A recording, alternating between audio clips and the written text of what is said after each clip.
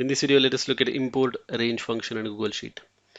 With import range function, what you can do is that if you know the spreadsheet URL, then you can access the data from that sheet without even opening that spreadsheet. Okay, so this is how it works. Import range, and the first parameter is the URL of that Google Sheet. In the second parameter, you have to specify actual range. So here you can see that I have put finance exclamation mark and then B110.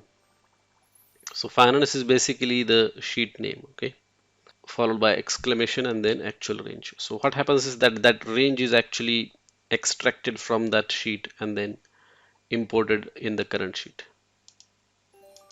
So this query thing is actually coming from over here, B110, B110 and finance sheet.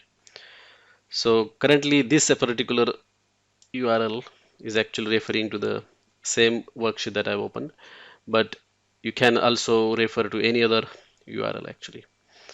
So once you get that URL, just put that range over here and you are done. You will extract that data and then that data will be shown over here. Thanks for watching.